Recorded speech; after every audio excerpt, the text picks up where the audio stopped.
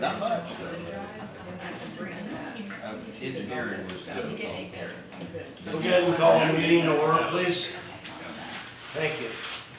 Today's Tuesday, June the 10th, at 9 o'clock, we're at Public Works Building. And we'll do an invocation followed by the pledge of allegiance, please. Let us pray. Our Heavenly Father, we give you thanks for those that you have called to lead our city. We ask that you lead them in all righteousness, guide their decisions for the benefit of this city, and guide them in the unity of the Spirit through the bonds of peace. We also pray, our Heavenly Father, during this hurricane season, that you calm the storm that may be coming towards us, calm the winds and calm the waves. And after this, we ask for your blessing upon this council, O Lord, and for all the employees of the city. This I pray in your most holy name. Amen. Allegiance to the flag of the United States of America and to the republic for which it stands, one nation, under God, indivisible, with liberty and justice for all.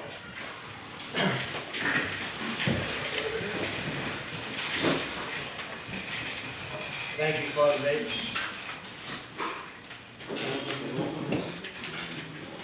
Mr. Cox? Here. Mr. Fasagi? Here. Mr. Adams? Here. Ms. Hamilton? Here. Mayor Wolf? Here. The first thing on the agenda is the minutes. We had 3 sets of minutes for April the 23rd, April the 25th, and May the 2nd. They've been reviewed and accepted. Council good? Yep. Minutes are okay?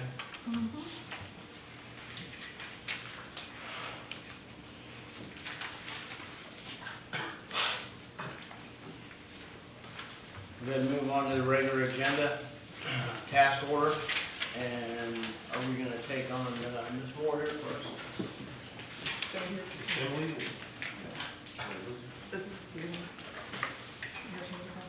A while back, the city asked Anchor to look into designing some dune walkovers for, as part of the dune restoration. Now that the dune restoration has taken place, you need to add some infrastructure so that the citizens can get over those dunes a little bit easier.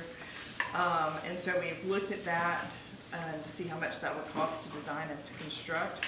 So the task order that you have before you, we looked at a couple different options. We looked at a couple different locations.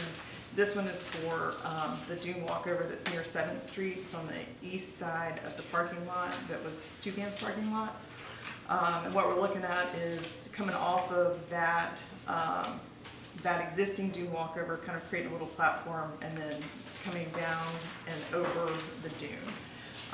The task order you have before you, that it would actually stop at the top of the dune, and because there's a sand ramp that's right there. So what you have before you is a task order for the design, the surveying, both structural and civil design, and the permitting for that first dune walkover. If you choose to continue with this price would come down because it would be very repetitive, and with the cost, there is a cost estimate in our task order. I felt pretty fortunate. We found 2 different dune walkovers that were bid in the last 3 or 4 months in Florida. One was in Franklin County and one was a little further, St. Pete, but those are the numbers that we used to kind of estimate how much the construction cost would be. If you have any questions, I'd be happy to answer some. All right, we're getting, I'm sorry, we're going to open that to the public first, if you don't mind. Oh, sure. Any public comments? We are moving on. Yes, ma'am. Okay. When you're talking about the sand ramp, I don't have a visual of what that will be. Like, So that was part of the actual original dune walkover construction, and so it's just so there's a dune there already, and it's already been built. It's just a little sand ramp.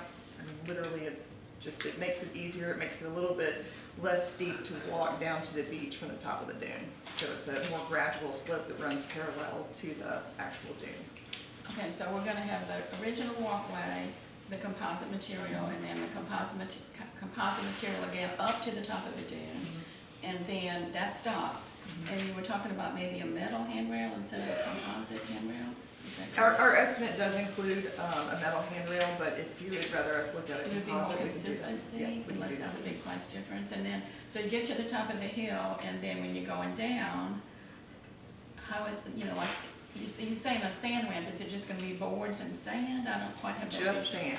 Okay. So one of the things that we've looked at, and we can still add it, is we looked at once you got to the top of the dune, like you could construct a, like stairs to go, maybe like you get to the top of the dune and then you have a choice. You can go down the stairs to the left, which would be a little easier to get down for some people.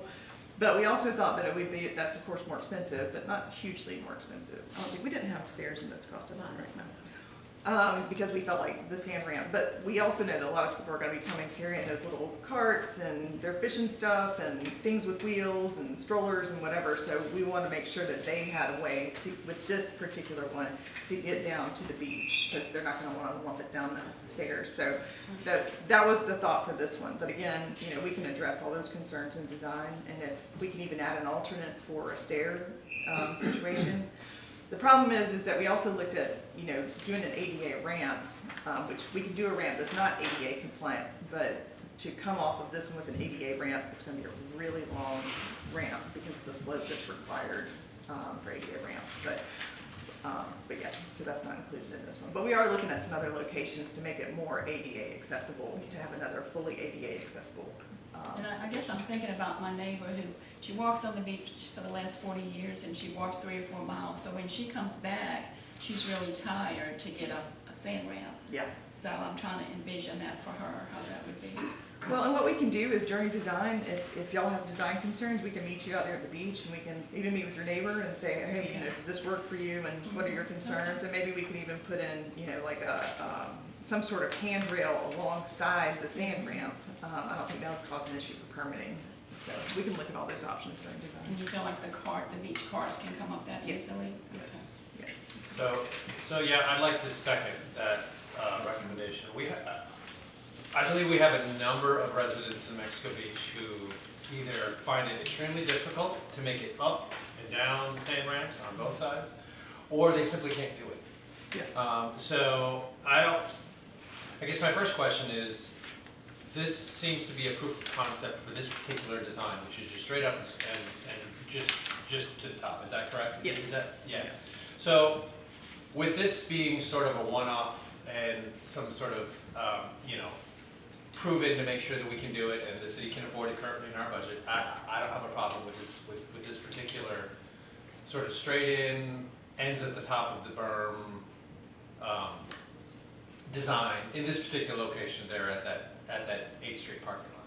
But I am concerned that if our plan is to build a number of walkovers across Mexico Beach so that we now provide access to a lot of the residents at a lot of our beach walkover locations, this particular straight up design that just stops at the top of the berm, it's not going to work for a lot of residents.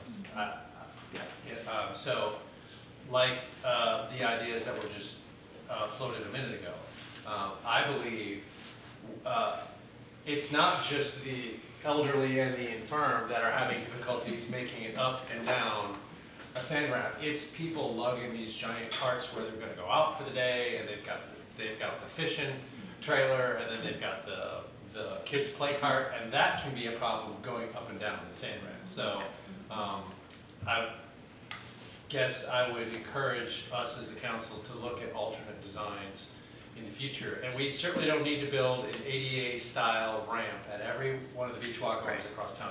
I don't think that's necessary nor affordable nor workable. But, you know, do we build them at 4, 5, 6 strategic locations? One at 37th Street, Right. one at 15th Street, 1 or 2 down there between 8th Street and Oak Street, right? We'll definitely have to look at that. But And we are in the process of putting together a proposal to construct, or at least to design something for Sunset Park. And the idea with that one because if you look at the east side of Sunset Park, that parking lot over there, it's very, very close to the dune. So that would be a much less expensive construction. And so the thought is that once we get over the dune there, then we could have the ADA ramp. But, you know, again, we're working on that, but as we put these proposals together, we're also kind of getting in our minds what the concept of the design will look like, and we've got some things to work out on that one. Like, again, the ramps are going to be very long, but I think you're right. I think absolutely that we need to look at, you know, accessibility for everybody. You know, after you walk on the beach for 4 hours, you don't want to climb a mountain. So, and we can even include these as alternates. You know, some sort of design as an alternate, so that at least you have a good price point for the next one, and then, you know, you can, you know, this is kind of the first, I think the way that I looked at this, and Mel, you correct me if I'm wrong, but, you know, the way I looked at this was, okay, let's try this one, let's see what the costs come back as, let's see how it fits in your budget, and then, you know, look and see if we can make some modifications. But we can work with y'all during design to see if we need to add some components to it. One of the things I think you'll hear from the council, and we just heard from 2 council members, that you hear the same thing around the table. I think the access is not the greatest. I mean, it's for an average age of 66 years old in Mexico Beach, it's obviously not great access. And it's going to have to come to a point where we have access all the way to the beach, not just a sand ramp. Those sand ramps are 100-foot long. I mean, they're pretty wide and pretty long too. So we're probably going to have to come up with a solution. To do the task order, I think is, I shouldn't say simple, but we have a budget in there for the task order. We should be able to move forward with the task order, I would believe, from this council. But I think your suggestion of having a field trip to the beach with the council would be welcome Okay, that'd be great. to make a decision. Yes, sir. My input is, yes, we need to make it accessible, but budget's got to come into this somewhere. I mean, as I'm looking at the cost here, $200 roughly a square foot is what this works out to. And if you calculate into how many of these we've got across town, you know, they're talking $1,000+ a linear foot, 6 foot wide. I mean, that's fairly simple math. A new home costs on the scale of somewhere $250 to $300 a square foot, depending on your finishes. That just seems kind of expensive for a ramp. And not that I mean, this is not an out, but we do have CDC that's agreed to pay for material and labor. So our next step would be drawings, permitting, things like that. So we'd have to look at that. And obviously we have to sit down with CDC and say, okay, here's reality. You said you do this, but here's reality. Here's the cost. Right, yeah. And I think that's the reason why we're starting with 8th Street and then gonna look at Sunset Park. I have a few questions whenever. Yes, go ahead.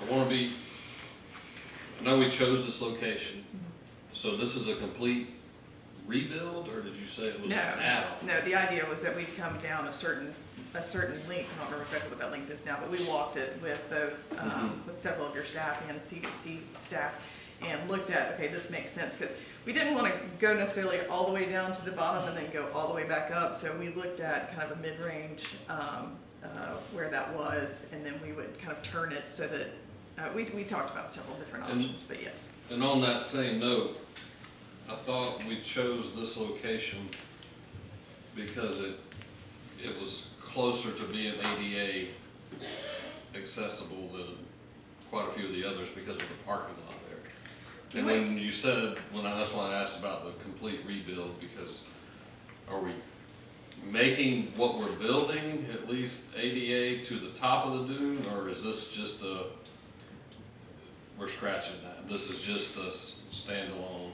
I think we're going to look at that again once we get into design, but the idea is that we make it as ADA accessible, you know, where we could kind of thing. But you're right, if you're doing ADA accessible, once you get to the top of the dune, that's where the boardwalk ends. So that's where the ADA accessibility ends. So you don't want to go too far down that road and to your point, you know, sacrifice costs if there's a more efficient solution whenever this may not be the best location for ADA. That's why we're looking at Sunset Park though.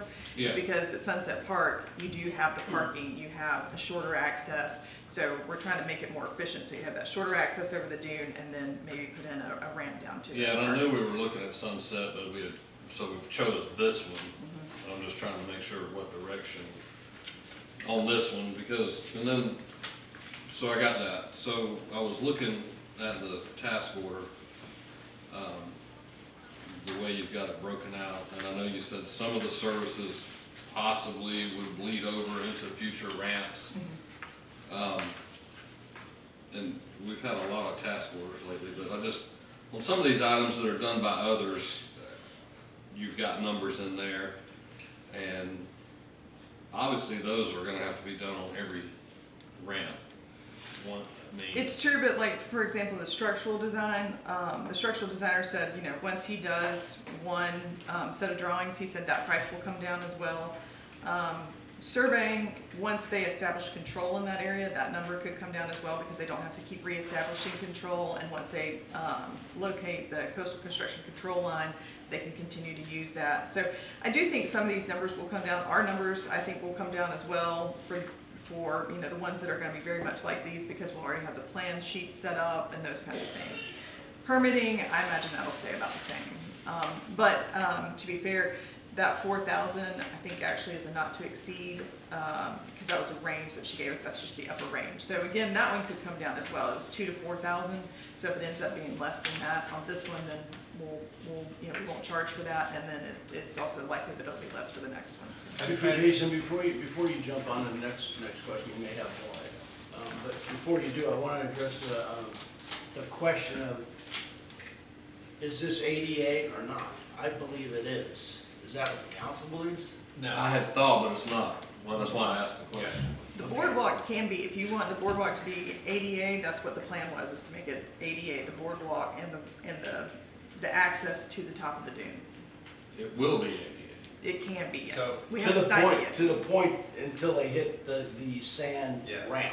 Right. It's not totally all the way to the beach. Correct. Yeah, so my understanding of ADA, and I am not versed in this, so please correct me if I'm wrong, is we can make these beach walkovers ADA compliant to a point, but the ADA rating includes not only the length of the boardwalk, but it also includes both ends. So it has to start at an ADA compliant parking spot. So if we want to do, if we want to build an ADA compliant walkover at, say, 5th Street, well, there's no ADA compliant parking spot at 5th Right. Street. So we could do the ADA compliance, like for the 80% part in the middle, but there's no parking, there's no ADA compliant parking spot to start with.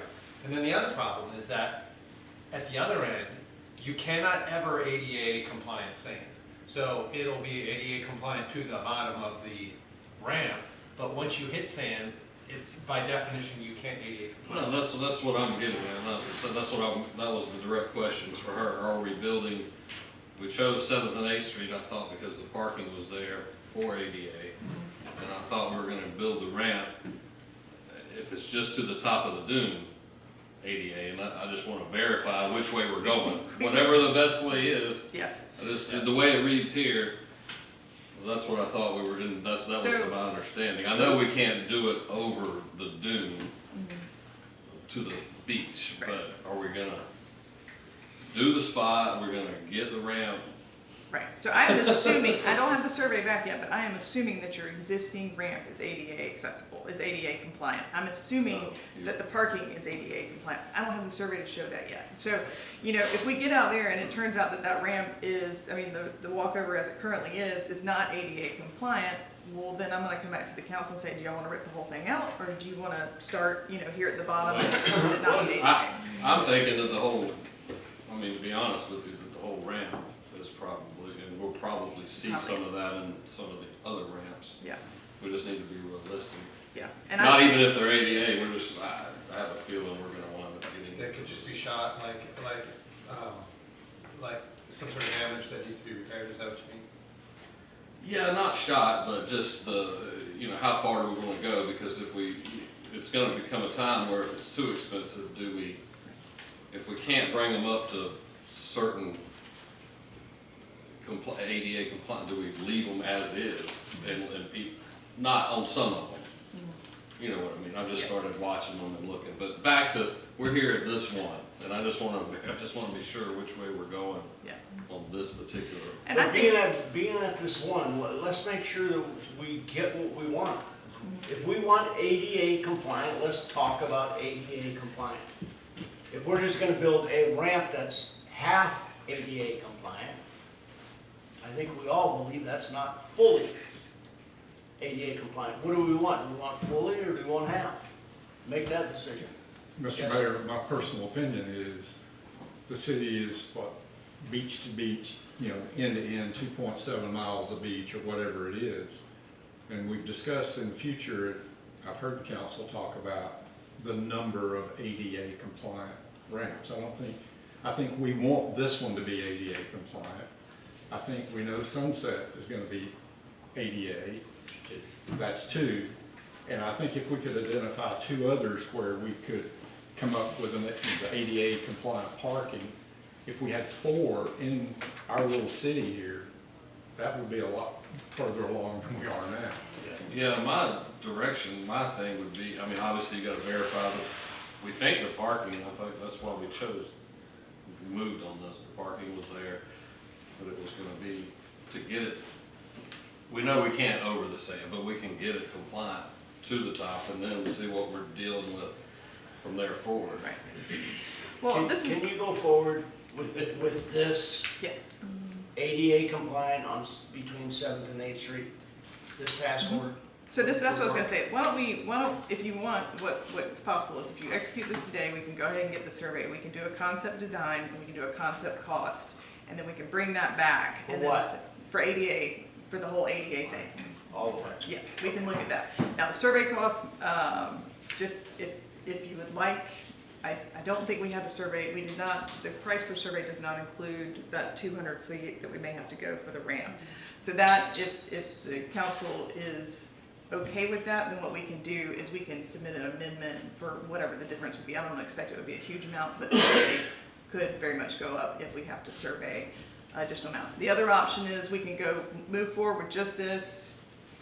I don't want to have to send them out to survey twice. So that would be my recommendation is I'll see if they can squeeze in 200 feet of the survey, and then we can look at that. And then we can bring a concept design back that's fully ADA. You're talking about the 200 feet is the part you were talking about not taking out. Sand.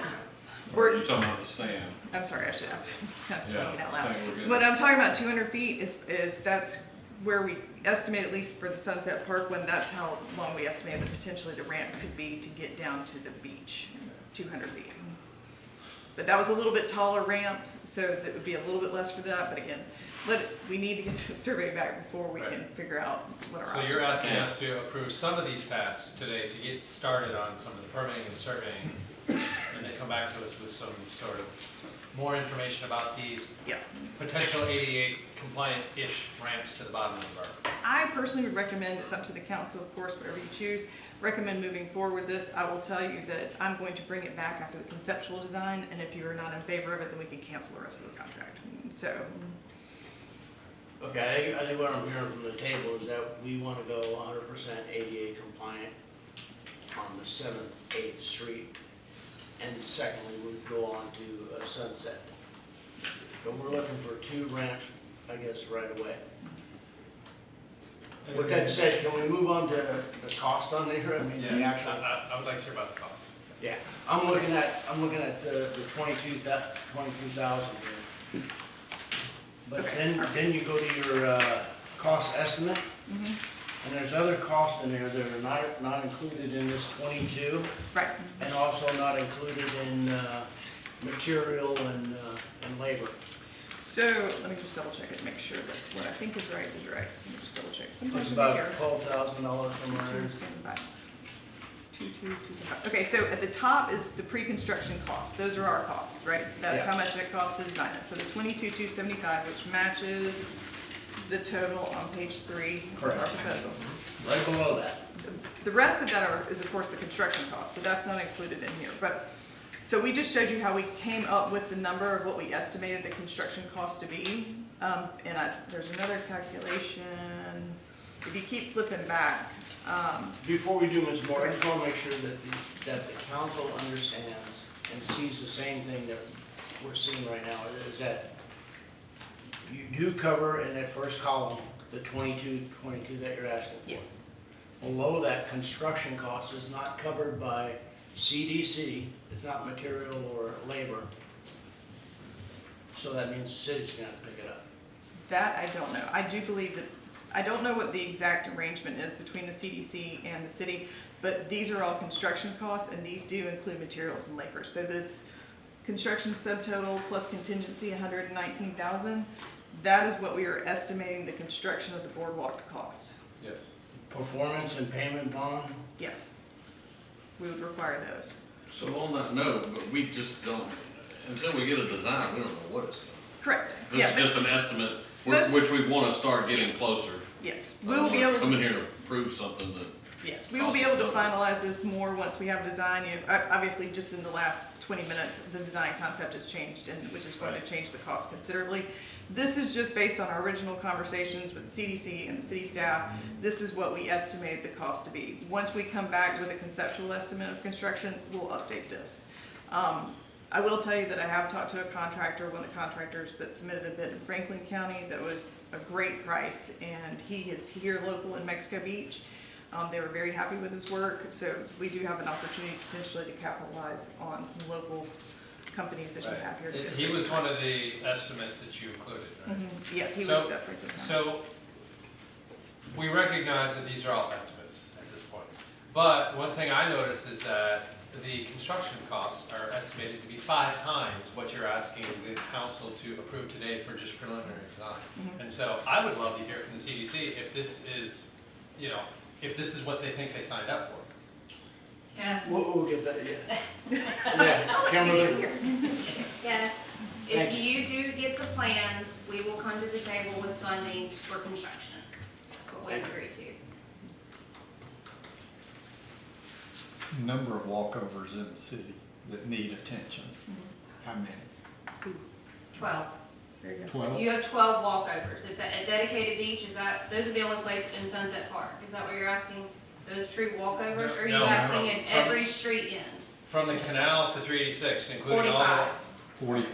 45. There's 45 public beach access points. some of them are sand, street sand.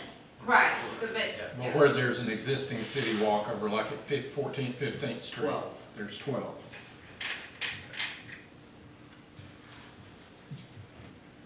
So we have a map of those too, I think, somewhere. All right. With everything said, I think that you're somewhat clear on what the council's looking for, an ADA accessibility. Let me just recap to make sure I got it. So we are going to design, we're going to bring back to the council a concept design that, based on the survey, is ADA compliant, that goes up to the top of the dune and then is ADA compliant down to the actual beach. Okay. And we'll have a concept cost estimate. Again, estimates are the best we can do, but we'll have an estimate to go with that. Okay, is that what the council's looking for? See? Yeah, and I would just advocate, don't throw this design away, because we'll still probably use it at some point. I don't think we're gonna do ADA ramp down to the beach on all 12 existing walkways. yeah, it'd be good to separate that last, if there's any possible way. Yeah, The dune to the beach. yeah, you mean to do it as an alternate so that we can see what that additional cost would be? Yeah, absolutely. So city attorney, are we good to go ahead and vote on that with an amendment? Future amendment? Can I ask one thing? Did y'all want stairs too, or no? Stairs. So they go up to the top, so just. Not on this. Okay, got it. If you're amending her task order and she's agreeable to it, then you'll come back with the actual final written form of what they're talking about. So, yes, so as far as the only thing that I know of that would increase in price would potentially be the survey. If there is an increase in price, then I'll just get back with the city and see. I don't know if that's within your city administrator's procurement ability, if it's a small amount. And it's possible that they can do just the additional 200 feet within this current amount if we ask nicely. So, does that answer your question? So we could ask for, we can ask for a motion for the walkover design engineer committee Yes, with an amendment. a potential amendment for the survey. Do we have a motion to do that? I'll make a motion, but I guess I'll need help on the wording of the motion. Read the subject, under the subject, and then add Task that. order as possibly amended for the additional survey that may be required. Walkover design, engineering, permitting, construction, administration, inspection, and services, and an amendment. Here's the task order number. Right under your subject there. Okay, so I make a motion that we approve anchor task order number 1328.010 with an amendment to return to the council with an updated design for ADA compliance. I'll second. Does that cover it? Yes, sir. Can we take a roll, please? Mr. Cox? Yes. Mr. Kasagi? Yes. Mr. Adams? Yes. Ms. Hamilton? Yes. Mayor Moore? Yes. Thank you. Believe me, when we have those type of conversations, there's obviously some skin in the game from this council to get it right. Good job.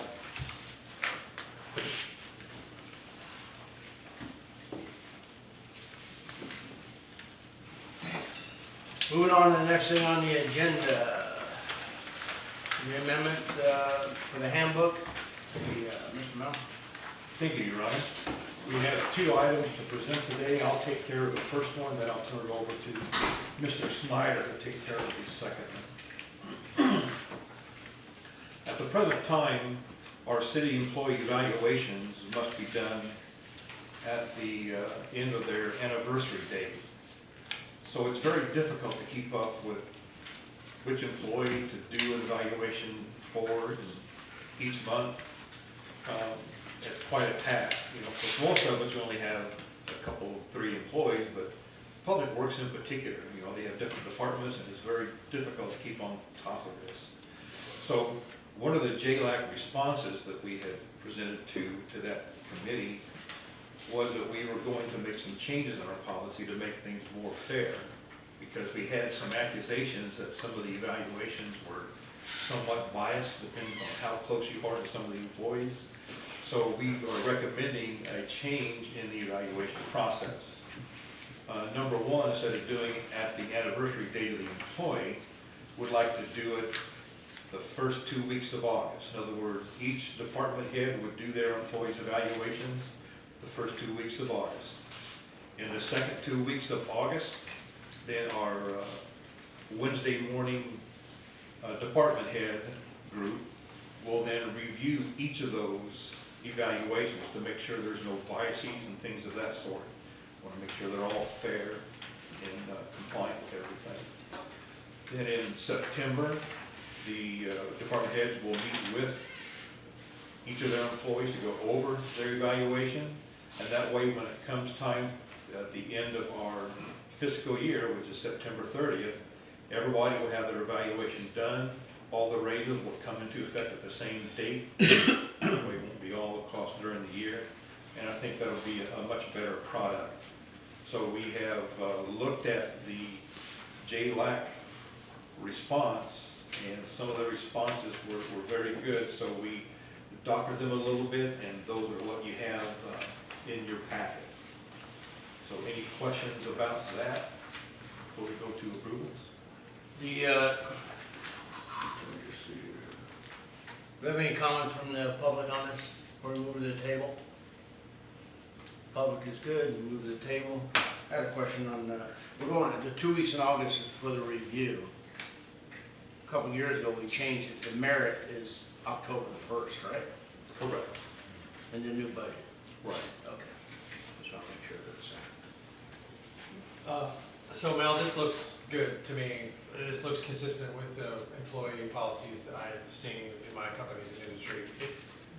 You're a seasoned veteran at local governments, and both here and other municipalities. Is this consistent with their employee handbook updates and personnel reviews and policies in all the places that you've worked as a city administrator? With some, most of the places are doing what we propose.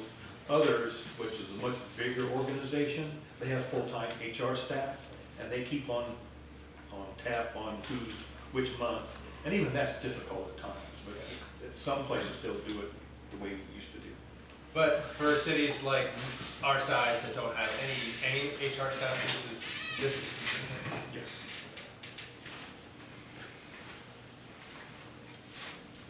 I will also note that when it came to our personnel policy being approved a few years ago, it was done by ordinance.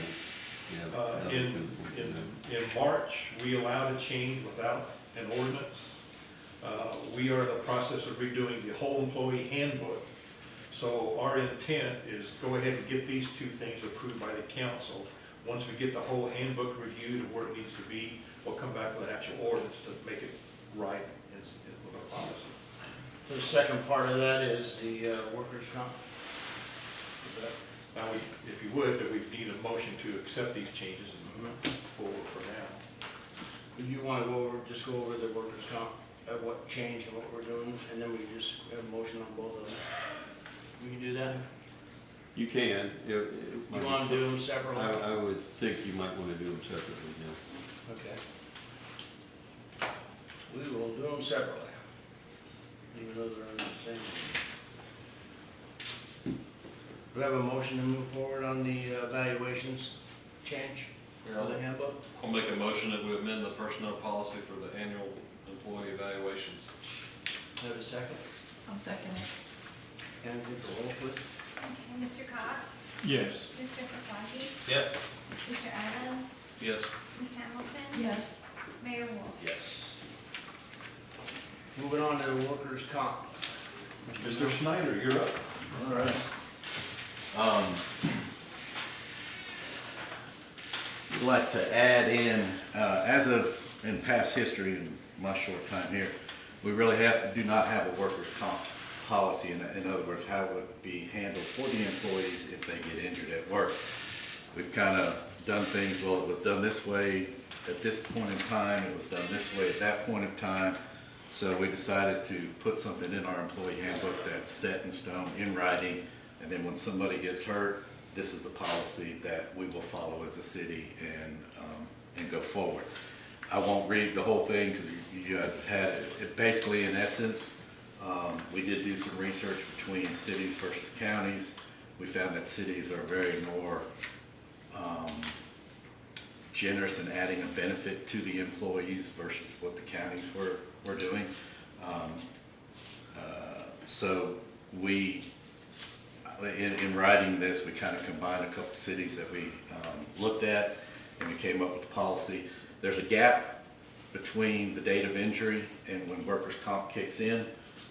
So we're suggesting that the city will pay the employee for that 7-day gap. Now, it's not 7 days worth of salary. It's within that 7 days, whatever they would have been scheduled to work. We've also kicked into while they are gone, when they return back from injury, if they have to go to therapy or see doctors, that instead of them using their annual leave, that the city will kick in up to 40 hours, in other words, pay. So if I had to leave at 10 o'clock to go to a therapy appointment, I came back to work at 12, I wouldn't have to take annual leave. The city will still, that will still be included in my regular pay from the city.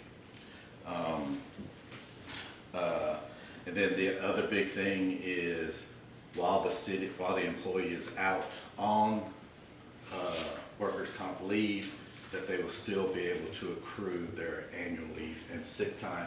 In other words, to be able to use that time to be able to help keep their health insurance benefits. Is that it, sir? Is it? Any questions from the public, open to the public? Any questions? We're going to move to the table. At the table, I guess we probably do have a couple of questions. You say 7 days. That's consistent days. So if you're a worker and you get hurt on Monday, it's Monday, Tuesday, Wednesday, Thursday, Friday. Saturday, Sunday don't get counted, so you get 5 days of pay. Well, it's 40 hours what your scheduled work time within 7 days. So you might have folks that might work on Saturday through Wednesday. So it's just kind of covering, you got a 7-day period up to what your scheduled work time is for a week. So 40 hours, 3 hours. Does this get us any credit with JLAC for something we didn't have before that we're instituting now? Well, it does kind of fall into what Mel was saying about, one of the dings on the JLAC audit was were benefits to be able to keep employees instead of having to turn over employees. And this is actually an added benefit for the employees. I think it's a good example of a city that doesn't have a true HR person in place, or I believe this would have been done years ago. And this is consistent with your workers' comp policy? Well, we don't have a workers' comp policy, so we're kind of adding this in to have an actual workers' comp policy for us to be able to follow. Okay, so this is part one and a workers' comp policy is part two? Is that what you're saying? No, we'll still follow the laws, based on how workers' comp will take the employee payment. What we're doing is we're trying to kind of fill in that gap for the employee, and then also give the employee an opportunity, because the way it works now is they have to exhaust all their leave to basically help pay and keep their medical benefits. So we're just kind of letting them keep accruing their annual leave and accruing their sick leave, so they can actually pull from that time to be able to keep their medical benefits, to kind of minimize their out-of-pocket expense so their coverage doesn't get canceled. So if you have a guy out for 6 months on workers' comp, they accrue vacation time and sick time for that entire 6 months? They would still accrue the 5.4 hours per pay period and the 2.77 hours of sick leave per pay period. And then they would put, more than likely, because they would have exhausted leave time to help maintain their health benefits, that actually helps them in the long run to have a little less come out of pocket. Because if they exhaust their leave and they choose not to write us a check out of pocket to maintain their health benefits from the employee side, they can lose everything. They can lose all their insurance coverage. So this, adding that extra leave, as minimal as it is, will help in a little bit from the money coming out of pocket to maintain health coverage, especially with somebody that's out 4, 5, 6 months. So this is how we do it in industry. I guess my question is about cost.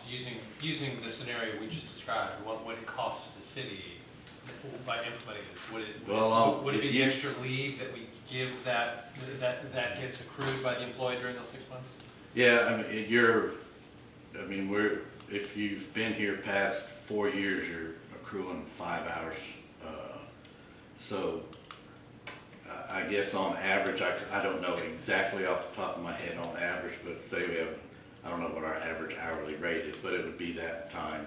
So per employee, the first 40 hours is probably $700 or $800, and then maybe the accrued time to be able to use to pay for the insurance, maybe no more than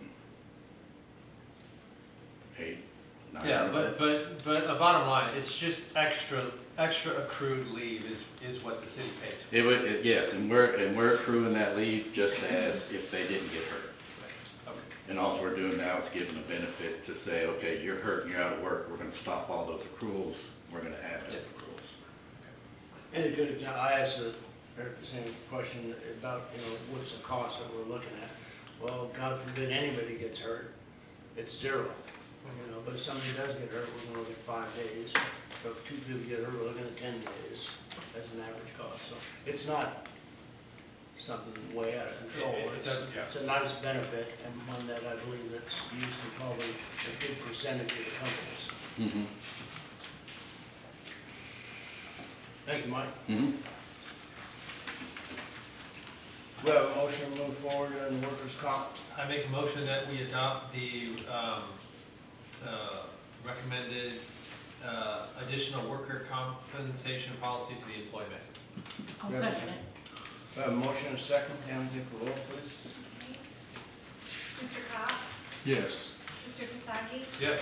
Mr. Adams? Yes. Ms. Hamilton? Yes. Mayor Moore? Yes.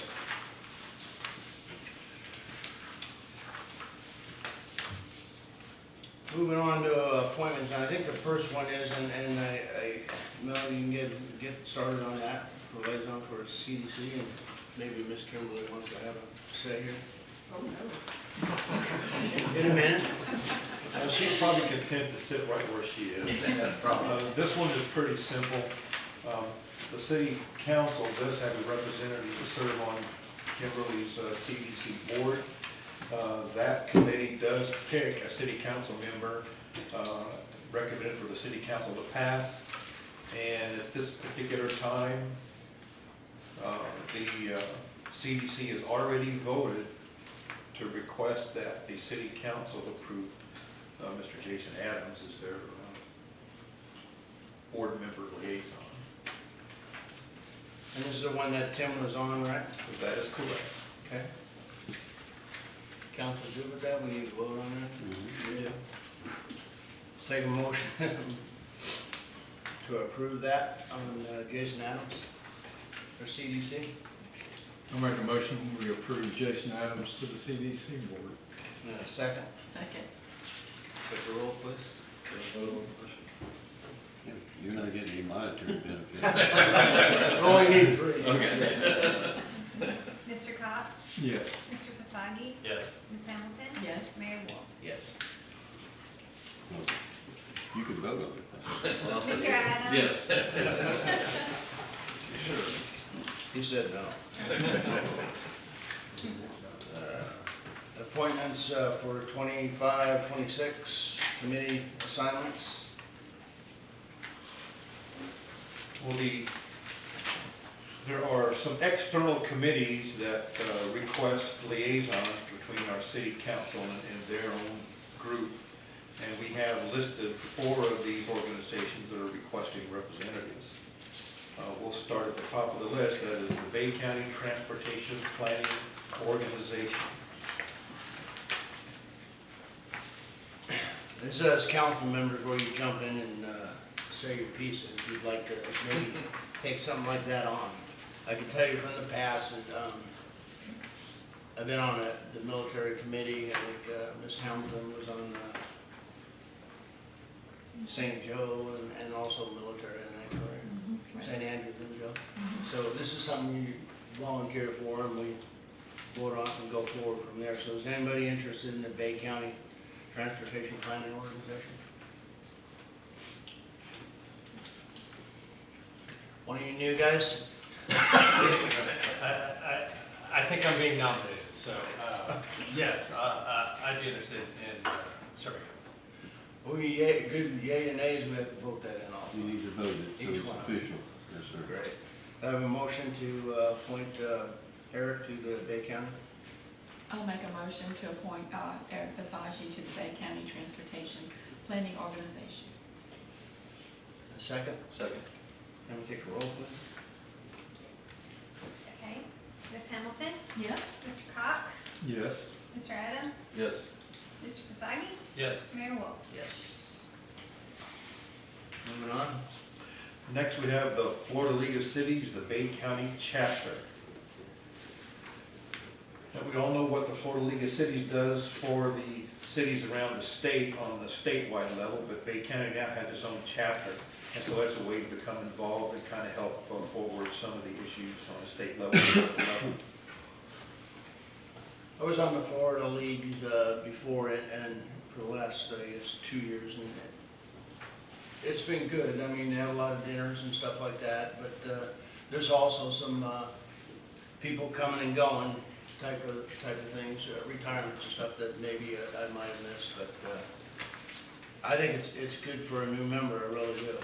Florida League of Cities. Any volunteers?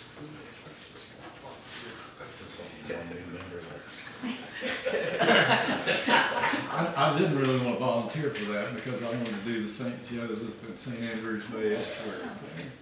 But Yeah, I thought we were keeping the current, but we're installing new ones to everything, right? Annual appointment. Yeah. So like so the Military Affairs Committee is up for reappointment? Yeah, we're going through every one of It's them. obviously a limited decision. Yeah, and we're staying, we're on the Florida League of Cities. Okay. Unless you particularly wanted that one. Because don't you do contract work with I- Tyndall? Is I that- did, but I'd be Hold on, interested. just 2 seconds. I know we're skipping ahead. We were talking about Florida League of Cities. Okay, go ahead. Let's go ahead and get that solved, and then we'll move on to the military. Well, I think it's germane to the point of which one of us is gonna volunteer for that, because it'd be a capacity issue. I will stay on the Florida League of Cities if you want me to do that, that's fine. Please. Somebody needs to make a motion. I make a motion that Mayor Wolf stays on the Florida League of Cities. I'll second it. Can we take a roll, please? Ms. Hamilton? Yes. Mr. Cox? Yes. Mr. Fasagi? Yes. Mr. Adams? Yes. Mayor Wolf? Yes. Now we have a Military Affairs Committee to the Air Force Base called MAC. And this committee is, I think, one of the largest committees that Bay County Chamber has. And this is a way to help with the military installations and you can have multiple appointments to this. It doesn't have to be just one person. For instance, you know, the mayor and I served back when I was here permanently years ago. But nonetheless, if more than one wants to be on this, that's okay too. In fact, it's probably encouraged. Is it a paid committee? The council will pay, I'm sorry, the city will pay for all the dinners and things of that sort that you have to attend. And quite frankly, if you don't attend, you still pay anyway. So if you have multiple members, it would be multiple. Double the cost. Right. I was on it the last 3 years, I think, and along with Ms. Hamilton. I attended truthfully probably 4, maybe 5 meetings, and they were all the ones that I thought that there was somebody was speaking. They have a lot of so-and-so moving off of base, retiring, things like that, that I did not attend, that didn't feel like I had to, but when they talked about the base and Tyndall and things like that, I think it was really important, especially when it had some speakers. So I'd encourage anybody at the table to get on that, since Tyndall's so close to us. I'll take that. I'll be interested. So I would also like to throw my name in additionally, not just because of my prior contract work at Tyndall, but I think with the base rebuild underway, we have a tremendous opportunity to attract certain base families, I'll call it, to Mexico Beach. We've got some new developments over here in Mexico Beach Crossings. We've got the new townhomes that are not selling very well. I think a lot of those would be ideal for young military families, both officer and enlisted. There are ways that we can work with the base housing folks because there are stipends that are offered to enlisted and officers both to live off base. So, you know, that's one of the things I think we all want in Mexico Beach is we want to not only attract more low-income residents, but we also want to be good neighbors to the base. And I think most base personnel that we want to attract are in the low-income category. Like a lot of them can't just go off and buy a house, whether it's a single-family home or it's a townhome in Mexico Beach. But again, there's Air Force subsidies that are available. So I think we have an opportunity to not only bring in the types of residents that we want, even if they're transient, every 2, 3, 4 years people move on, but also just be good neighbors of the base. So I'd like to add my. All right, that's Eric's pitch. Do you have a pitch? Well, yeah, I think it is good maybe to have more than one person involved in that, because Absolutely. I think it can be like a welcoming committee, you know, Yeah, can exactly. encourage the families as well. So Linda and Eric are volunteering for that. I'll make the pitch. We have a motion. Make a motion that we appoint Ms. Hamilton and Mr. Fasagi to the MAC, the Military Affairs. I'll second it. We have a motion and second. Take a roll, please. Okay, Mr. Cox? Yes. Mr. Fasagi? Yes. Mr. Adams? Yes. Ms. Hamilton? Yes. Mayor Wolf? Yes. Moving on. I will make one comment before we go to the last one. Is, some of the board members expressed that sometimes their committee doesn't have their contact information and may not have been contacted as quickly as they should. Julie has stepped up to the plate to make sure that once these appointments happen, that she will make sure your contact information is up to date and available. So you'll be getting her. The last one we have the St. Andrews and St. Joseph Bay Estuary Program. This is to be a champion of the watershed and estuaries in the area, and so we need some volunteers. I think we already got one. Does it volunteer? I'll do it. All right. I make a motion to appoint Steve Cox, the city council representative to the St. Andrews and St. Joseph Bays Estuary Program. I'll second it. Got a motion and a second, take a roll, please. Mr. Cox? Yes. Mr. Zaggy? Yes. Mr. Adams? Yes. Ms. Hamilton? Yes? Mayor Wolf? Yes. Well done. Is that it? That is it, Your Honor. Okay, thank you. We're set for the rest of 25 and 26. Moving on to city administrator update. I'm gonna take that. I think, for me, this is exciting times. We obviously, probably 3 or 4 weeks ago, we agreed to go with a firm and look for a firm to find a city administrator. We had discussions about that. I've talked to the representatives at that company. In the meantime, there's been some conversations with the current city administrator, and there is a offer on the table for him to stay with us for the next 2 years. To do that, there's some requests. What I'd like to do today is go over those requests and see if we can move forward. If we can agree to move forward, I'd have to get the okay from the council to work with our city attorney to make up the contract and make an offer to Mel to stay with us for 2 years. Here's how that would work.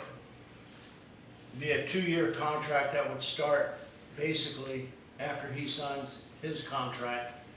That following pay period would be a starting point. So that could be tomorrow's pay period, so it's not gonna be tomorrow, it'd probably be 2 weeks from now, if we were to get that done that quick, which I believe we can do. His current salary is $130 a year. That would stay the same. No change. We would add full Mexico Beach employee benefits for the 2 years.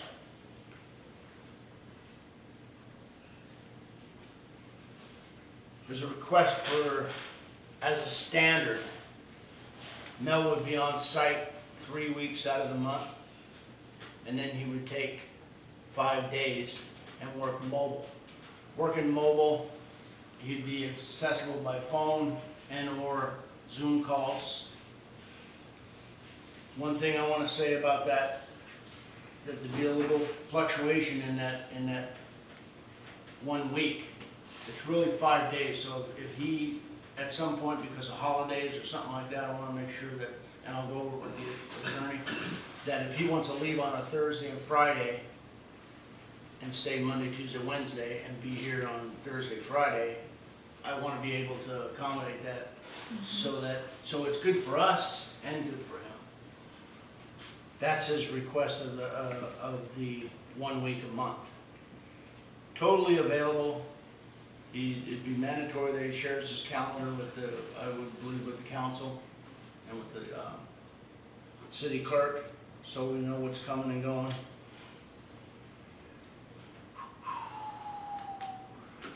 Meeting with vendors and everything else would not change, just because he's gone or off. He would have his meetings, they'd be either over the phone or a Zoom call. I think that's about it, if I could write all that up. So based on that, we have the opportunity. Looking at the salary, you all understand what the salary was. Our last administrator was 110.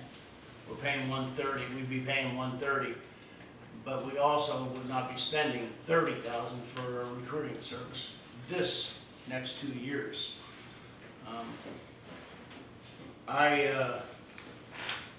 I look at it as stability. I talked to Mel a little bit about that when he mentioned it to me.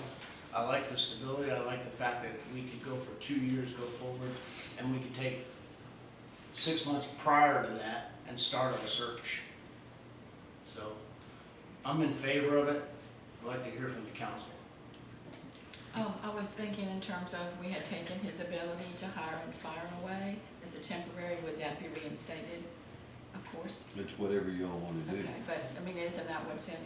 That was in the temporary That's in his contract. temporary contract. Yeah, but, so that would be reinstated at this Very point, much is that want to correct? take that restriction off, absolutely.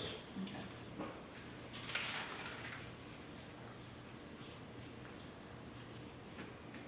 Any other comments? I've only known Mel a month, but he's been great to work with. I believe his reputation precedes him as not only one or two, but the 3 previous times he's been here, the city employees know him, the residents know him. I believe he uses stabilizing force, but not only do we just want consistency, we want consistency with the right person. And I believe Mel is that right person. And as a remote employee for the past 8 years in county, welcome to the remote board. Well, sir. Yes, sir. I think it's a win-win. I know Mel from working with him on charter review, his reputation, you know, is just stellar. And I think the city employees and staff, they deserve stability. And if we can give them that for 2 years, I think we owe it to them as a council. He's an excellent administrator. He's got my full support. Yeah, the same here. I was glad he came back, and then when he mentioned to me that there was a possibility, I was like, well, just ask the wife and make sure. I mean, because we do want 2 years, we know things can happen. As far as the salary, yeah, I mean, it's up a little bit, but we did have a thing in the last salary that if somebody lived in Mexico Beach, we were willing to kick in, I think, $500 a month. Mel already lives here. I think, you know, that just pushed, we were pushing that into his salary now. Because, I mean, we do want, it's great that he lives here. I mean, it's hard for everybody to be, but he is here. That's a good advantage. Yeah, and just the other, we talked about, we didn't bring it up here, allowing him to use the car during business hours and stuff like that, I think was so just so we don't have to rehash it. I mean, I don't know how y'all want to discuss it. Put it all in the contract assembly, yeah. The only thing I will say about the salary is the budget is coming up soon, so, I mean, since we went here, I guess we'll discuss that when the budget comes as far as. Okay. But no, I think he's, the stability and, yeah, he's a good person. I agree with everything that's been said at the table. Okay. So based on that, I ask council to go ahead and prepare the contract the way we discussed here at the table, and we'll get it all refined and done, and we'll pass it all around so everybody can see it. But do we have a motion to move forward with hiring Mel? Make a motion to move forward with hiring Mel as the city administrator for a period of 2 years. Do I have a second? Second.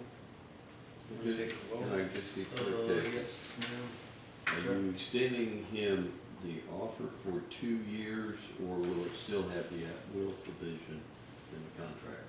at will. Okay, just want to make sure. Yeah.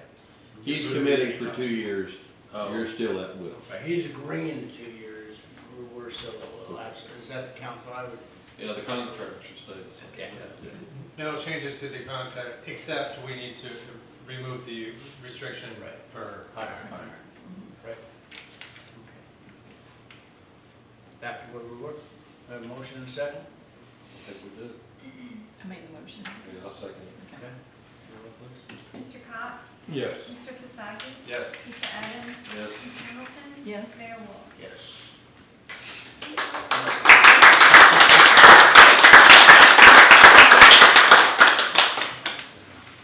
I appreciate that very much.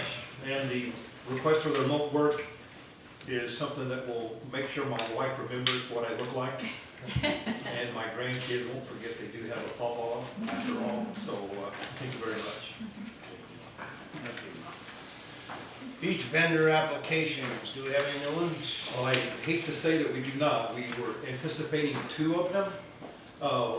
One was my mistake because one that we thought was top notch, but they don't touch the beach. You know, they deliver to your home or your house, things of that sort, or pick it up at their location. So they've already got an occupational permit, so they're good. The other one is No Worries, and they could not get the application filled out in time for today's meeting, so I told them if I don't get that application, we'll take it up in 2 weeks. So I have nothing else, Your Honor. Very good. Any questions, council, about vending, how we're doing? Nothing, we're good, okay. We're gonna move to citizens' comments. Please come to the podium. Frank Wall, Mexico Beach, St. Charles Street. Stopped on to Branch 15th and 98. It's getting impossible to get out there on the weekends to make a right-hand, left-hand turn, either one. And I thought maybe the pedestrian crossing would help things. It's made it worse. Half the people come right off that ramp there and they don't. All they gotta do is put 50 feet from there to cross the street safely. They still cross right in front of you. So I don't know what the. Maybe if you have like New York City, got somebody who can pay a crossing guard or something, stand there for 5 hours on Saturday and Sunday to direct traffic. During the week, it ain't too bad. You can handle that, but Saturday and Sunday, you're not going to nowhere. And I'm not going to trace myself all the way around Mexico Beach, come out on another street to try to beat that, so. If y'all got any ideas on it or not? Well, I believe we do, but I think with you popping it out right there, we probably don't right this minute, but I believe we probably discuss some things. Coming here this morning, I saw 2 guys coming off the beach pulling carts. I'd have bet my life they were going to cross right there. They actually went down to the crossing. And then the ones that don't use it, you're basically trying to make eye contact with cars, whether you think you're going to get out there or not. You can't. You don't have no way. And very seldom on a weekend is there an open space to just crawl out there unless you just take a chance at it. Interesting. So do you just, are you asking us for help or do you have a recommendation? No, so it's thought, maybe you got somebody that can work it. I don't think there's state contractors that come in and flag something for, say, noon to 5 on just Saturday and Sundays or something like that. I know we don't want a street light. I mean, they always pride themselves on not having a street light here in Mexico Beach, but need some help there. It's gonna. Yeah, we need, it's been evolving. It's all the way up and down the highway, but trying to get people to go to the crosswalks. I mean, it is a law, but it's hard to enforce because you have it everywhere. I mean, 15th Street's a little worse. I know it's getting better, but will it ever end? I mean, you're suggesting maybe having somebody there, I mean, encouraging them. So I think some of the updates that they did with the patterns, you know, building the walk, trying to, okay, here's your walk path from the walkway to the boardwalk, trying to, I think DOT is trying to address that as much as they can. And we'll sure look at what we can do, but I know it happens up and down 98 because you're always, every street end, it's like, yeah, they just don't want that little extra bit to the cross. Like Fifth Street is another one. I mean, it's right there. 5th, but 8th, 15th, yeah. 15th is definitely the worst. You're just stepping off. You got every intersection there, people coming across. Right. Turning here. Well, that whole area from the old Governor to 15th is not good. And I think as council, there's not really, the lieutenant might could address it, but pedestrians have some responsibility here. You know, it's to use, I've heard this more than once from citizens as I cross paths, because I walk a lot. They just cross wherever they want to, and kids, and, you know, 98 is a dangerous stretch of road. well, that's what I was saying is they're supposed to. It's just trying to. It's a lot better than it was 10 years ago. And worse. And worse, but as far as getting them, we used to not have any crosswalks here. Well, maybe coming off the beach, there's a sign right there in front of them saying pedestrians must use crosswalk to the left. Yeah. At least you got, the only thing Yeah, changes enforcing- behavior is enforcing that might consequences. be a benefit. Right. So I agree that pedestrians own some responsibility, but Mr. Sloan, correct me if I'm wrong, when it comes to liability or traffic laws, if there's an accident, pedestrians are officially considered vulnerable road users, so they will win the liability every time, and the driver will be the one who's liable, is that correct? Well, I wouldn't say every time. I mean, if they do something really ridiculous, then they could be held liable. But, by and large, you are correct. The assumption is that the pedestrian is gonna prevail, generally. One of the things, and this is kind of like just throwing up, we're just having a discussion here, okay? I was in Wyoming and, they actually had crosswalks. And where they were not used, they had a pole with a flag in it. And if people would actually take the flag out, wave it to get the attention of the driver, walk across the street, and there's a pole on the other side, they put the flag on. I mean, this is a problem across the country. People need to use the walkway, the crosswalks. And that, so I think we need to find a way to enforce that better than what we do. I agree with Yeah, I that don't too. want to see it fining everybody that's walking across the street, giving them a fine or anything, but at the same time, they're causing half of it. Yeah. You got good citizens doing the right thing, and it's for their safety too, but it's a shorter route across the street there at 15th Street, and then having to walk down, and people want to take shortcuts in life. All right, well, we'll get with the city administrator, see if there's any quick answers. Thank you. Thank you. Didn't we have a left turn lane proposed on the original plan? That got killed fast. Yeah, DOT killed that. Yeah. I think price. Yes, ma'am. Lisa Logan, Mexico Beach. This is to continue the crosswalk discussion, if I may. As you've pointed out, and as all of you know, we have had this problem since those crosswalks were first put in. When they were first painted on there, DOT sent people down here to observe. This is when Toucans was still up and running. And when that opens, that's going to be a major, major problem with that crosswalk. Most of y'all may not remember what a huge problem 8th Street was.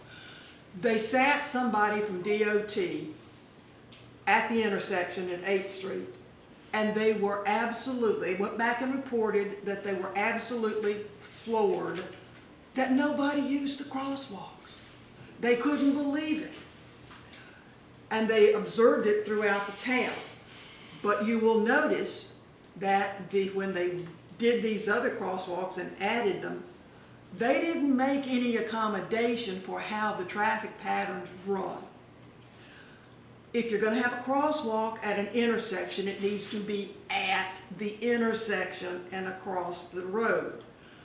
Nobody, it's human nature, nobody is going to walk 15 to 20 feet down to a crosswalk and then over and then 20 feet back up to the entrance to the boardwalk. So the entire problem with the crosswalks starts and ends with DOT for putting them in the wrong place. But nobody has gone after DOT and said, and argued that point. So that's your biggest problem right there. Make it from where the people are going to be directly across the street. And I know DOT has all kinds of arguments against that, but that's your whole problem. And it's not going to change, and it is extremely dangerous, and it's not getting better. So enough on that. Get on DOT and have some conversations with DOT about the locations of those crosswalks. The second thing is, this is not really the same topic, but at 5th Street, at the end of the street where it goes into 98, we have two little golf cart parking areas that the people who live on either side of 5th Street have gravelled and made for golf carts. Okay, on the west side, it's parallel parking for golf carts. On the east side, it's angle-in parking.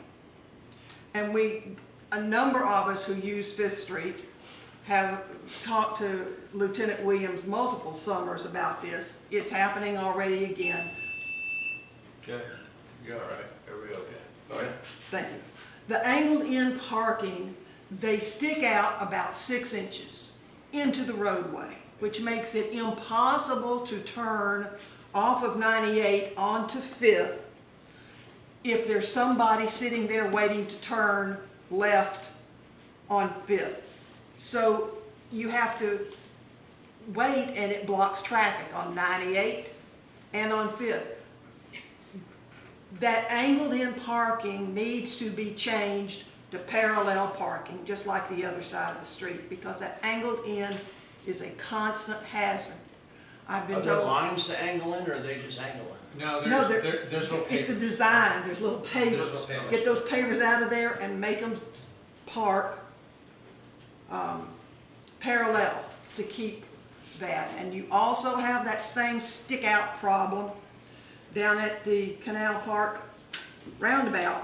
I was down there this past weekend in a very large vehicle, not oversized, but the trucks, they're pulled up to the bumper stop and they're sticking out this much. One of them had something on the back of the truck on the bumper and it was sticking out, and the other one was just a long bed truck. If you've got people coming down to the end and you're trying to go this way, traffic is blocked because you have to pull into the opposite lane to get around those people that have, even though they're pulled up to the bumper stop, their vehicles are too long to fit in those parking spaces, and they block traffic. So I don't know how you do it, but you've got a major problem there when that traffic is heavy on Canal Parkway down there at the roundabout, because it stops traffic completely. And then everybody gets mad, and, it just gets a mess. So I don't know if you can limit the size of the vehicles. I think that would be impossible to do, but you've got a major problem because it's the length of the vehicle and what's attached on the back that's creating problems. So you got to come up with something. Okay. Any other citizen comment? Yes, ma'am. I think I think I was supposed to go for vendors. I'm Stephanie with Panama City Fireworks and Mortars. I think I've been talking to some of you guys. Panama City who? Fireworks and Mortars. We want to sell fireworks on the Toucan's parking lot that has all the construction materials on there. So we just need the front half.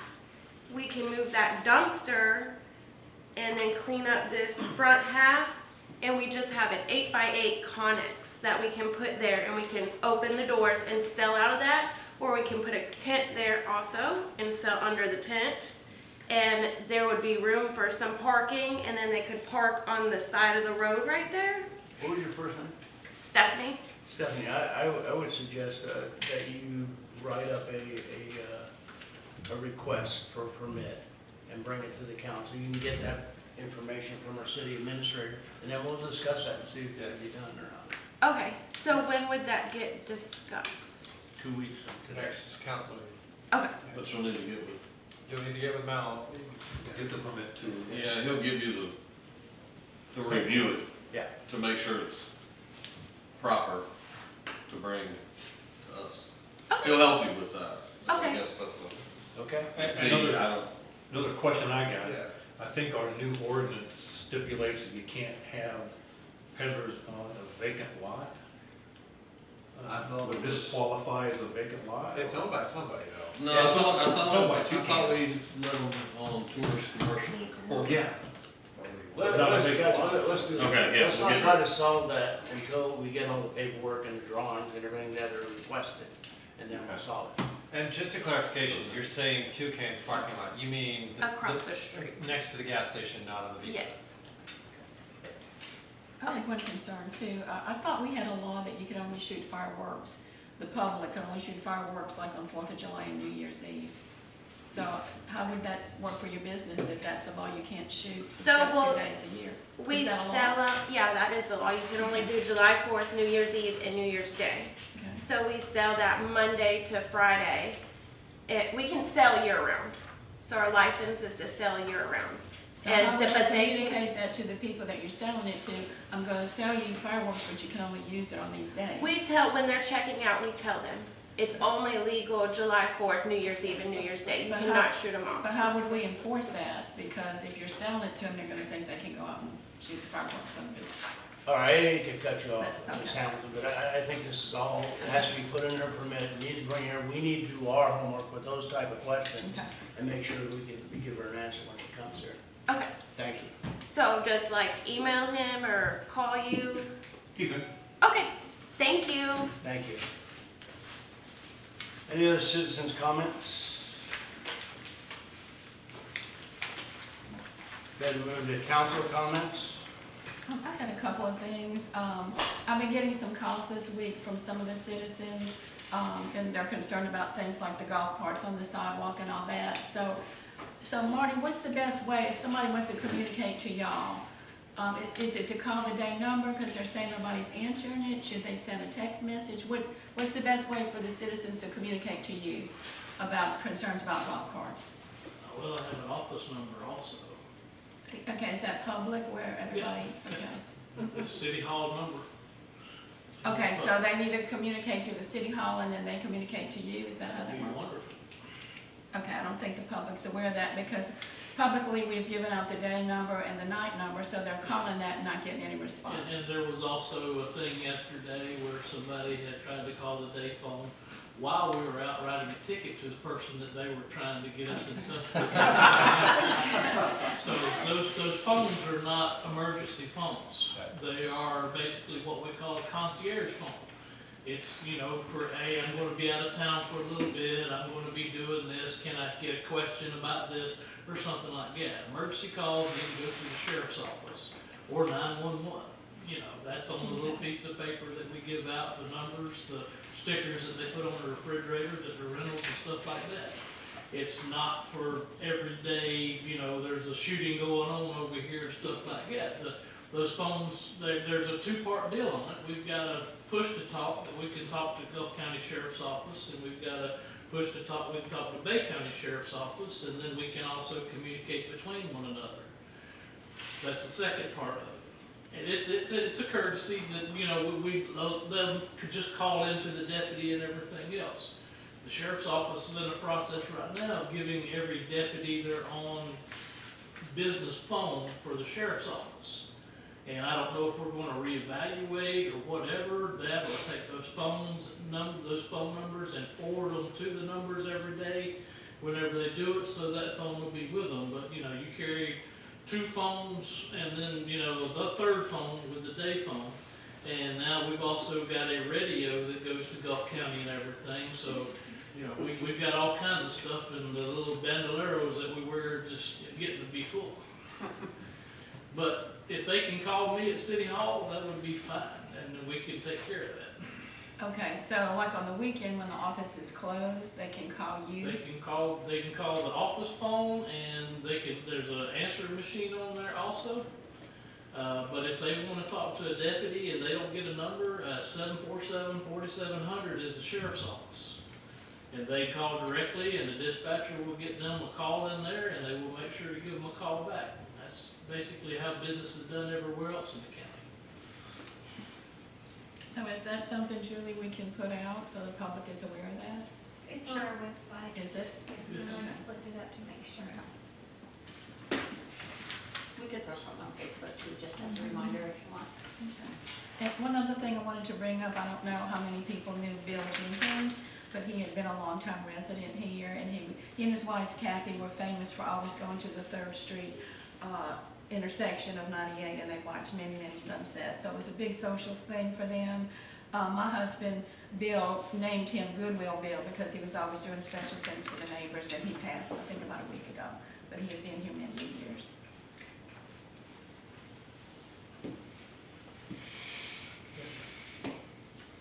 I'll bring this up, it's actually a talked to Mel about it the other day, but Lisa brought it up, and I don't know if it will help any. But I was down at the Canal Street, I talked to Mel the other day, that I don't know if it's gonna help. Obviously, we have a guardrail to keep people from running into the canal, but I did notice when I see the truck sticking out, I'm down there every morning. It looks like the bumpers, and he can get with Mark, but we may be able to move those bumpers in just a little bit. I know they were set out so people don't hit the guardrail, but it did look to me, and now that she brought it up, that possibly if we can move them in just a foot, I don't know what it's gonna be. It may not be anything, they may be exactly, but I've looked at the front of the cars and I know why they're there to keep them from the guardrail, but anything we can get there, because there is I know it's summertime and we're always gonna have these little things everywhere in the city, but that's one little thing, because they do stick out quite a bit in the roadway. If y'all could maybe just look down that road and see. We talked about doing some center, and also talking to the St. Joe company about one property, so. Yeah, I mean, not even at the end, on up, as you, like after you turn the curb, you've got the first set of parking on the left, the first 10, whatever spaces they are. You know, those, and then you got another little group, I think, and then the next, yeah. Just Yeah, we might take up another couple spaces. Well, I mean, just move, you wouldn't lose any spaces, just move the bumpers towards the guardrail, towards the canal, if there's any room there. Right. Just to make where the truck doesn't stick out in the road as much. But we need to get to a point where we make a decision on what we're gonna do, so we need St. Joe's input as far as getting property. If we get property. Oh, yeah, we'll well, down there. Go from there. All right, any other, Yeah, I've got just a couple questions. It's probably for Tammy. Do you know the status of Bay IT moving us from Facebook to YouTube? Yes, Julie and I spoke with them last week, and they were able to sign on to our previous YouTube channel, and so we'll be able to archive all of our Facebook Live videos and put them on the YouTube channel. And they said by the last meeting in June 24th, we should be able to go live on YouTube. And so that communication will go out on our website about that? I'm just curious, are you planning to announce Yes, that before we do the switch over? Yes, we will. We'll confirm it with BIT and when they give us the go-ahead, then we'll let everybody know. Okay. Very good, thank you. I think the meeting at the 24th, they're gonna do both, just to test it, to make sure that everything runs good before we completely cut off of Facebook Live. So we probably still have a little bit of time before it needs to like really go out to the public, but the thought was to do them both on the 24th. anything else? Yes, sir. Mr. Mayor, just, I think everyone here, we live here, we love it. One of the reasons I wanted to be on the estuary program committee was that, and I'm not sure if you're aware of this, there's an organization out of St. Joe called Bay Savers. If you're not a member, you should be. This organization's been working for like 5+ years doing studies, basically the impact of what the Army Corps of Engineers did to the natural watershed when they put the ditch in St. Joe years ago. And they've collected all this data. They've been trying to work with, as you can imagine, state and federal agencies. Well, the Corps of Engineers, which is responsible for that waterway, recognizes that there's a major problem because it basically changed the flow of fresh water in our region. And I would encourage people that are watching, people that are here, to learn something about Bay Savers. We're at a point where the federal government is willing and ready to move forward to do something, but the state government, specifically the DEP, has to reach out. And we're all caring citizens. I would encourage you to write your congressman, representative. You can probably find the form letters on the Bay Saver website, use those, email them, because until the state goes to the Army there's a 3-year study that only costs $500,000 a year, and the money's there to be spent. We just need to get our state officials within the DEP to react. We had, I think it was Dr. May come in and Right. speak to us once, and maybe a few years ago. Right. Maybe we should have him in again. I think it'd be a good idea. There's a lot of folks that are interested in this. Yeah. Yeah, Dr. May, I think, headed that up, so if we can give him a call. Well, functionally, it's the reason Apalachicola Bay is in the shape it's in. And there again, we have all this silt filtration filling in St. Joe Bay, and it's also affecting St. Andrews Bay. So, I think Dr. May's reached his limit, and I'm a member. I think there are 800 members of Bay Savers. Doesn't cost anything to be a member and be a champion for our environment. We'll try to get an update on it. I have one last question. We've had citizens contact a few of us about a shark fisherman on the beach. Do we have an update on that? Well, this particular time, we're researching what kind of ordinances we might enact to limit the hours of shark fishing. Because you know, FWC is the entity that takes care of fishing. That's not something that we, at the city level, do. But I understand that we might possibly be able to take care of the number of the hours and the time frame of which shark fishing would be allowed. It would make sense to make it during the late evening into the dark hours. That way it won't interfere with swimmers and the safety of the public. So that's where we are at this point so far. All right. One of the citizens that contacted me was not 100% certain, but they thought that this person might be charging for like tutoring or teaching. Charging people to come and catch a shark with my drone and my fishing poles on the beach at sunset. So that to me smells like a beach vending permit that hasn't been applied for. So I was wondering if we changed that down. We're still in the process. Contact was made, but we're still researching how to configure everything. I guess the answer is we're all aware of it, including the lieutenant. So we're gonna monitor it and see if he's just moved from Panama City to Mexico Beach because it's more convenient. And if that's the case, it's not.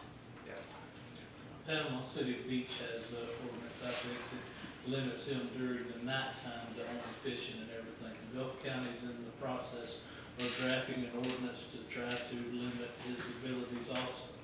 So we're fixing to piggyback with them and see just what we can do and everything. The only thing that he can't do really from the beach is chum. Chumming from the beach is illegal, and the FWC will be on a heartbeat for that. But we're trying. We're looking at our options, trying to find the best way without getting a lawsuit. I think the key word was, is he charged? We don't know yet. He does charge, but he does a charge, his business is based out of Panama City Beach, and then he shows up over here and delivers it. So, you know, we're looking at the vending process of it too and everything to see what we can roll into it. Good. Any other questions? Council's good. Mayor comments?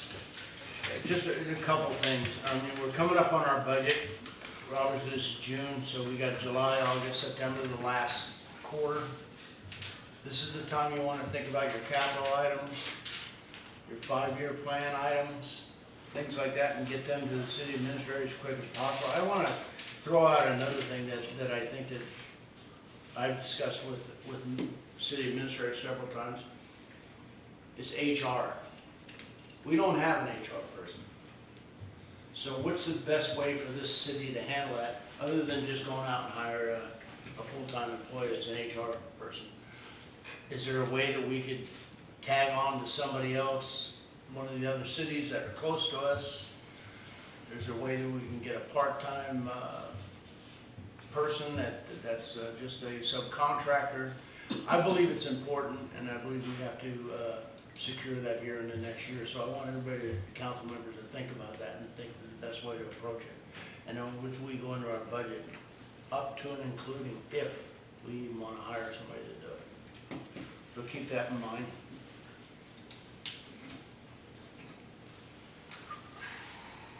Obviously, we had the shell giveaway, went real well. I appreciate everybody going out there and giving everybody a hand and doing it. Well set up, well received. And we got rid of about 10 feet of shells. We have another 250 to go. Been some discussion about maybe doing that again, so we'll look at that. Other than that, I think I'm good. Any staff comments? Always, Your Honor. Always. First thing I put on board members'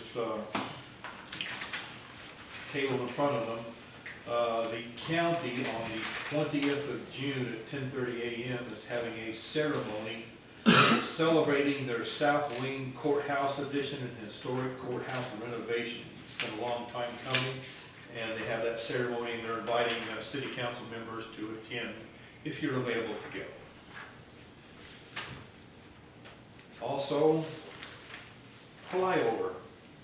Because we live where we do, we have flyovers all the time. They're not really low like you would want and all that. The mayor had requested that we would make an application for a flyover on July 4th, see if that was possible. You may recall that we had one in 2023. Julie was instrumental in getting that for us. She made the same application in 2024 and it was denied.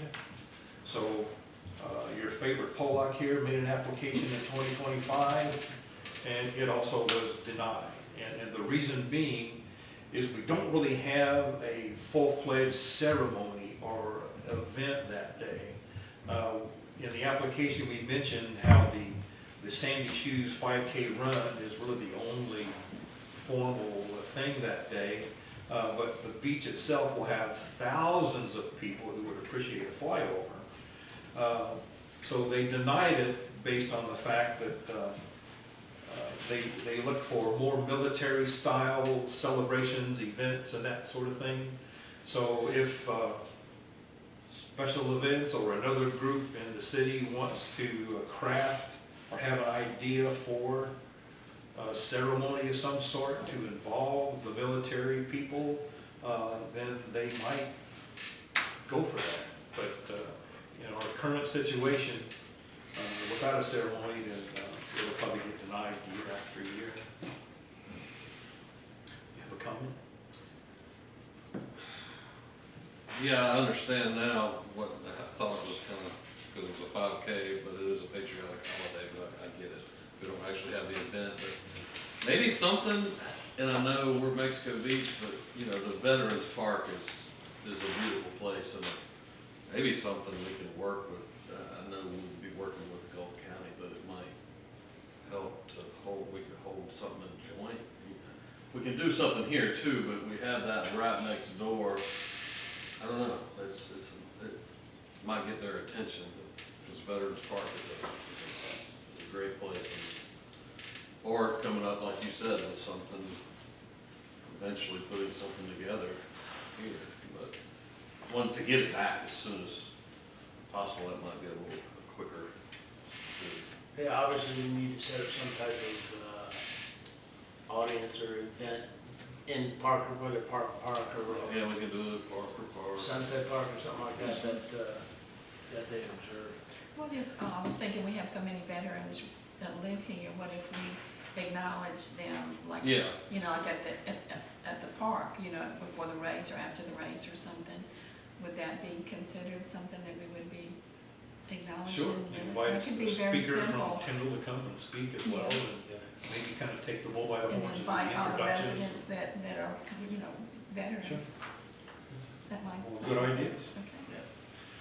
All right, the last thing I have to talk about, and I'll let you all go home. The mayor talked about HR services. You know, that's one of the things we got from the JLAC is we don't have an HR person. Trying to afford a full-time person is very, very difficult with our size and with our budget. And as we continue to grow, of course, we'll be able to reap more tax dollars because of the growth.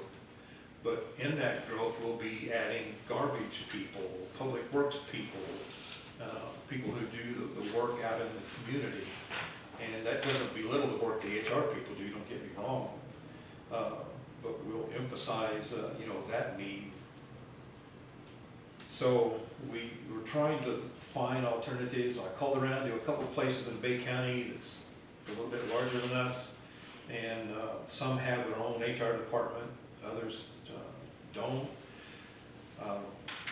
So partnering is difficult, but I'll give the credit to Miss Julie. She happens to know one of the people in Bay County's HR department who has a side business for HR services. And those HR services is quite an array of things they could help us with. They do HR compliance audits. They are on an advisory retainer. In other words, they'll have a telephone number for employees to call if they have an issue, and then that way it's investigated and checked on. They'll look at our organizational development strategy, our processes for HR operations, the help with talent acquisition and performance support, and employee handbook development, and that one really piqued my interest. So having not just this particular person who works for Bay County, but they have their own full-time employees as well. So we would have someone on call, we would have someone available. As we look at changes to our personnel policy, we get it to a certain point, turn it over to them to make sure it's compliant with everything that they're familiar with. This all sounds very good. And so you might think, my gosh, how much is this going to cost the city? They have different options where they'll do things on a time-based billing, in other words, $100 an hour. Or they have what's called the employer support program, where if you sign up for an annual fee, all of the above is taken care of. All the calls, all the requests for information, all the help, and everything. And because we are smaller, we get a cut in a rate. In other words, someone larger than us would pay a lot more money. But the estimated price that they've given us is $6,350. And in a budget of our size, that's really nothing.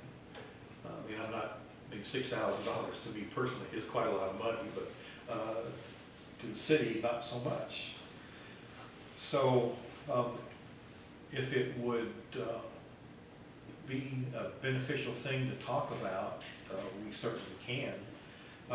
We also looked at other potential to have someone within the city who has some experience with HR, who might be willing to take some additional classes to be the point person for any complaints employees might have. But we also understand that having employees speaking with another employee might just feel uncomfortable, especially if that person were to go into the conference room along with one of the employees, and everybody in this building knows there's something going on, what's going on. But if there's a phone number to call for someone that's not on site, I think that has its benefits. So if we want to pursue that, then we have to look at the procurement policies. And because that's under $8,000, we would simply have to get 2 other quotes, for someone, in addition to this one, to make the 3 that's required by our policies. So after speaking with Julie and Tammy and others in the office about this, it sounds like a really good deal for someone of our size. And we can even adjust the employer support program part. If we don't want to pay the $6,000 a year, once we get all of our things established, we could even go to the time-based billing at $100 an hour. And, but having them available, for the full ride, I think is a benefit to the city. So I thought I'd get some thoughts from you guys, see if there's something you'd like to pursue. So I've always thought, since the JLAC audit, and this was pointed out, that we don't have an HR staff at all, much less a full-time person. I've always thought that the way to ease into this is to maybe step in with some sort of contract work and try somebody out. And it sounds like there's an escalating scale. With, you know, step one, we get this much. Step two, we get a little bit more involvement with a little bit more money. I'm definitely all for it. Yeah, we tried to do it internally by using a part-time person, and it's hard on that, you know, especially city clerk, I mean, pretty busy person. So that didn't, it's not a good way to go. Subcontractor is kind of a next child step, and maybe a way to go, but council probably needs to look at, you know, what they're proposing, what it looks like, because we're gonna get 3 proposals and do our purchasing process, whatever it's supposed to, but maybe a good starting point, just take a look at it, see what it looks like. We'll get it out to everyone, take a good look at it. What's the estimated, and this is a way stuff, but an HR person would be paid in a city our size? What do you, I mean, I would be asking that question anyway, but, I mean, is it 35, 40, 50, 60? Yeah. Probably 60, 70,000 range as a minimum. And even at that, you wouldn't get a super seasoned person, you know, someone that's just a few short years of experience perhaps. I think the main thing is that even if you go full-time, your real question is what, can you make that person gainfully employed? Yeah, That's one thing, I don't think you can. No, I don't.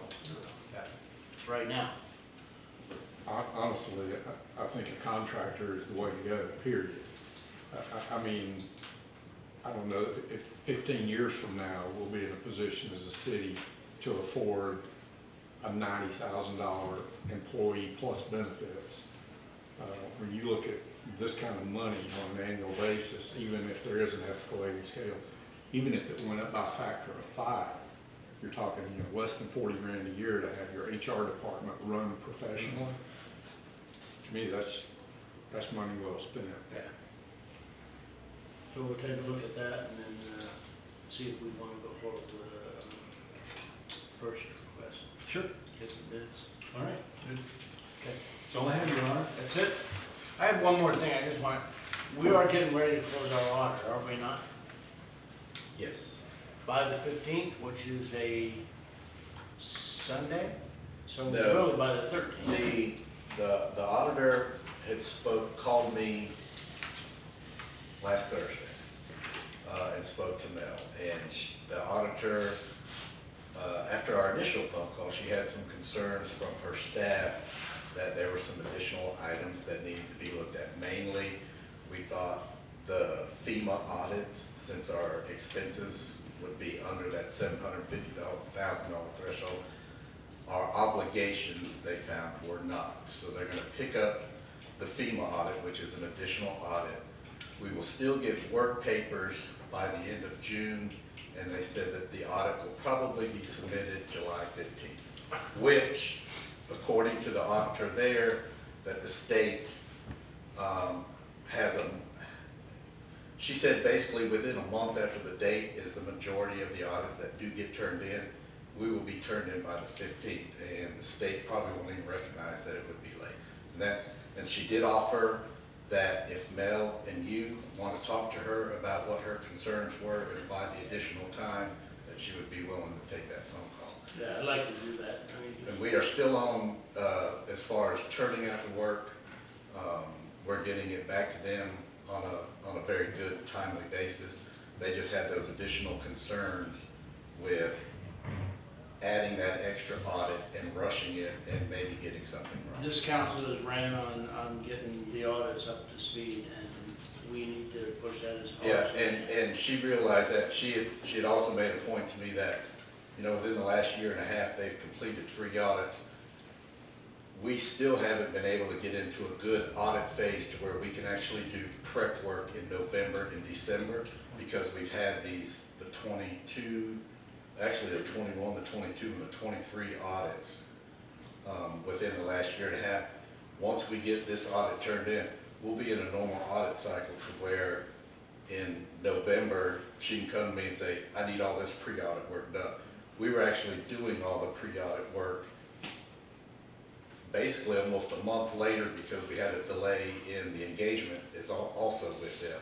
So we were actually doing the pre-audit work during the audit cycle, which also added some extra time. But their main concern is the additional audit and rushing it and maybe not. But she did say July 15th is a hard date that it would be submitted by then. We would get our working papers in June, and then we would review it with CRI and with Mel, and then we would be able to submit. 2 weeks ago, we were on time. Today, We we're were. not on time. So We were on time, I'd and like that's to what talk- she, Absolutely. okay. We said we were gonna, 2 weeks ago, we said we were gonna submit it on time. And that's what I was told. Now, it's changed. I'm afraid in 2 more weeks, it's gonna change again. I wanna make sure it doesn't. Well, we can get her on the telephone and schedule a call, and she will assure you that at that time. I'd like to do the council good with that. Yeah. Absolutely. Good deal. I think that's it. Motion to adjourn? Motion to adjourn. Thank you.